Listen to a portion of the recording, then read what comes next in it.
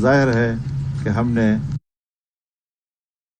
ایک صاف و شفاف نظام کی طرف جانا ہے تاکہ یہ بات واضح رہے کہ کسی ادارے کا پاکستان کے انتخاب میں کوئی مداخلت نہیں. مولانا صاحب کہ اپوزیشن یہ تسلیم کرنے پہ تیار ہے کہ وہ اینٹیسپیٹ نہیں کر سکتی کہ اس طرح کی رولنگ آ جائے گی. کیا اپوزیشن ایجنڈے کے تابع جا رہی ہے.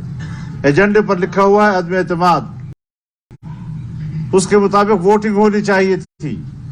ووٹنگ کو جس طرح مسترد کیا گیا اور اس پر فوری طور پر تحلیل کرنا, یہ سازش ہے. وہ نہیں ہے خط والی بات. سازش یہ ہے کہ ایجنڈے پر کچھ اور آرڈر کچھ سنایا جا رہا ہے اور اس اسپیکر کے بہاف پہ کہ جس اسپیکر کے خلاف عدم اعتماد کی تحریک آ چکی ہے, یہی وجہ ہے کہ وہ صدارت نہیں کر سکا. لیکن ڈرافٹ کیونکہ وہی پرانا تھا, اتنا بھی نہیں سوچا کہ ڈرافٹ کو تبدیل تو کریں, اس کے دستخط تو وہاں سے اڑائیں. تو اس لحاظ سے اس کو رولنگ دینے کا حق یا اصل نہیں تھا. مولانا صاحب, کیا عدالت اسمبلی کے احکامات کی سماعت کر سکتا ہے؟ اور دوسرا یہ ہے کہ نگران وزیر اعظم کا نام بھی سامنے آ رہا ہے جس میں سابق چیف جسٹس گلزار احمد. میں بتاؤں آپ کو جی, جہاں تک ہے عدالت کا, یہ اسمبلی کی پروسیڈنگ پر بات نہیں کر سکتا. اگر نہیں کر سکتا تو اور یہ بات ہے, لیکن اگر پروسیڈنگ آئین کے خلاف ہے اور اس کی آئین حیثیت کو چیلنج کیا گیا ہے تو پھر تو سن سکتا ہے. گیلانی صاحب کو مثال ملتی ہے. گیلانی صاحب کو وکیل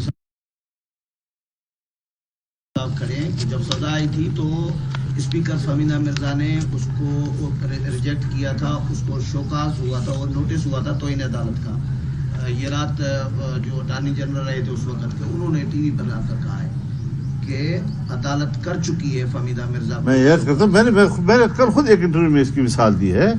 88 میں ہماری صوبائی اسمبلی بلوچستان توڑی گئی اور عدالت نے 24 گھنٹے کے اندر بحال کر دیا. اس کو 24 گھنٹے کے اندر بحال کیا. اب کچھ چیزیں بڑی واضح ہوتی ہیں, ان واضح چیزوں کے اوپر عدالتی کارروائی دنوں تک ملتوی ہونا یہ بھی شکوک و شبہات پیدا کرتا ہے.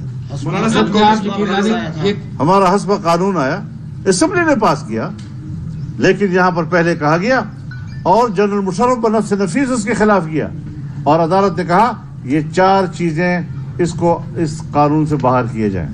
ہم نے عدالت کے فیصلے کو مان کر دوبارہ اسمبلی سے پاس کیا, پھر اسی جج کے سامنے کیا اور اسے کہا نہیں مزید کٹ کرو اس پہ.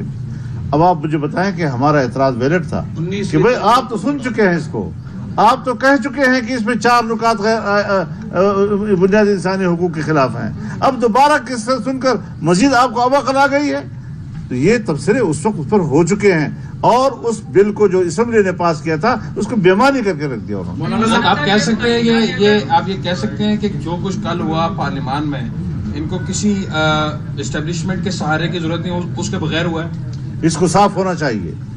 ہم شکوک و شبہات کی نفی نہیں کر سکتے, اس کو صاف ہونا چاہیے. ہم یہ بھی بات کرنا چاہتے ہیں کہ جو ادارے آج اپنے سینے پر غیر جانبداری کا بیج لگانے کے خواہش مند ہیں, ہم خوش ہیں, لیکن 3.5 سال تک جو اسٹیبلشمنٹ اس ناجائز حکمران کا سہارا رہی, اس جرم کا کیا کریں گے, اس کردار کو کس طرح زیر باس لائیں گے, یہ ساری چیزیں ہیں. سپریم کورٹ فیصلہ دے, سپریم کورٹ تو کل رات 12 بجے تک اسٹے دے سکتی تھی, اب تو وہ اسٹے بھی نہیں دے سکتی. تو اس کو آپ کس تناظر میں دیکھتے ہیں؟ دوسرا جو ابھی کوشچن کیا کہ آپ اسٹیبلشمنٹ نیوٹرل رہے, چند روز پہلے آپ کہتے ہیں اسٹیبلشمنٹ نیوٹرل ہے, تو اب میں نیوٹرلٹی کا انکار نہیں کر رہا ہوں. میں یہ دیکھ رہا ہوں کہ ماضی میں ہم اپنا احتساب کریں. ہمیں سوچنا چاہیے کہ ہم نے ایک ناجائز حکمران کے لیے 3.5 سال تک جانبداری کا سہارا کیوں دیا. آج اسی کو جاری رکھنا چاہیے. ہم آئندہ مستقبل میں بھی یہی چاہتے ہیں. باقی آپ دوبارہ اس بات کیا میں ایک بات کرنا چاہتا ہوں کہ اب یہ کہنا کہ آپ صدر ہیں, ابھی آپ اپنے فرائض سر انجام دیں, آپ دفتر استعمال کریں, جبکہ اسٹیبلشمنٹ ڈویژن کہہ چکی ہے نوٹیفیکیشن کے ذریعے کہ آپ دفتر خالی کریں, آپ دفتر اپنے استعمال نہیں کر سکتے. ایسے وقت میں صدر کے یہ اقدامات اور ان کو یہ مراعات دینا اور یہ سہولت دینا جبکہ کیس عدالت میں زیر سماعت ہے, یہ بذات خود غلط بات ہے. مولانا صاحب ادھر سے بھی سوال لے لیجیے. مولانا صاحب قومی سلامتی کمیٹی کا جو اعلامیہ ہے اس میں یہ بات واضح طور پہ لکھی گئی ہے کہ صریحاً دخل اندازی ہے ملک کے اندرونی معاملات میں. یہ جو خط آیا ہے آپ سمجھتے ہیں کہ وہ مفروضہ ہے, وہ لیٹر بھی, وہ اعلامیہ بھی قومی سلامتی کمیٹی کا؟ قومی سلامتی نے کیا کہا ہے؟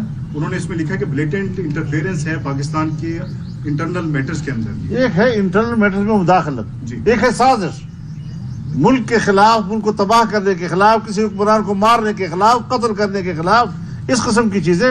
مداخلت پر تو ہمیں اعتراض کرنا چاہیے, لیکن اگر وہ مداخلت پہلے کہہ چکے ہوں کہ نہیں ہے اور پھر کہتے ہو کہ ہیں, اس تضاد کو دور کرو. مولانا صاحب بلاول صاحب نے ڈیمانڈ کی ہے کہ ISPR DG ISPR وضاحت کریں اس بات کی کہ کیا قومی سلامتی کی کمیٹی مجھے ان کی پریس کانفرنس کا مجھے ان کی پریس کانفرنس کا علم نہیں ہے. میں نے یہ ساری باتیں کہہ دی ہیں اور وہ آپ نوٹ کریں صحیح طریقے سے. بہت شکریہ. بہت کچھ ہو سکتا ہے, اللہ فضل فرمائے.